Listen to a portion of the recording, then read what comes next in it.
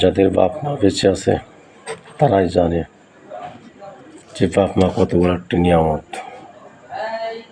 আমি এই ঈদে সত্যি কথা বলতে হয়, একটি গরু কাটা কন্ট্রাক্ট নিয়েছিলাম, এটা আমার শখ বলতে পারে। তো সেখান থেকে আমি 3 কেজি গোশত পেয়েছি। আলহামদুলিল্লাহ, 1 কেজি আমার বাপ মার হাতে তুলে দিয়েছে। আরে আল্লাহ রে, কতই না খুশি তারা, যা নিজের চোখে না দেখলে কখনো বিশ্বাস করা যাবে না। তাই বলছি বন্ধুরা, যারা বাপ মা পেয়েছে না, সুন্দর করে তাদের সবাই যত্ন নিও, খেয়াল করিও, তাদের অভিশাপের পাত্র হইও না।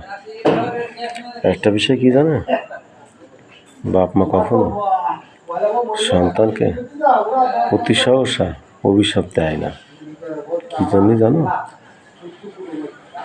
কারণ অনেক কষ্টের ধন আমরাই।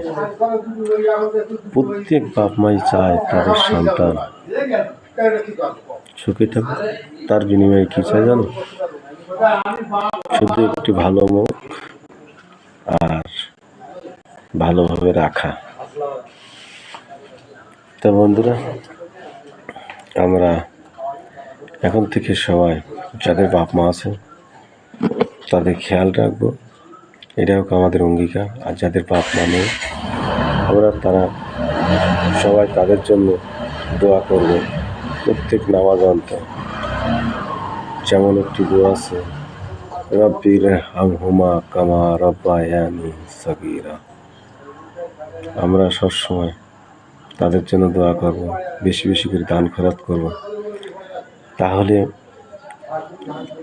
যাদের বাপ মা বেঁচে নাই তাদের কবরেও কিছু সওয়াব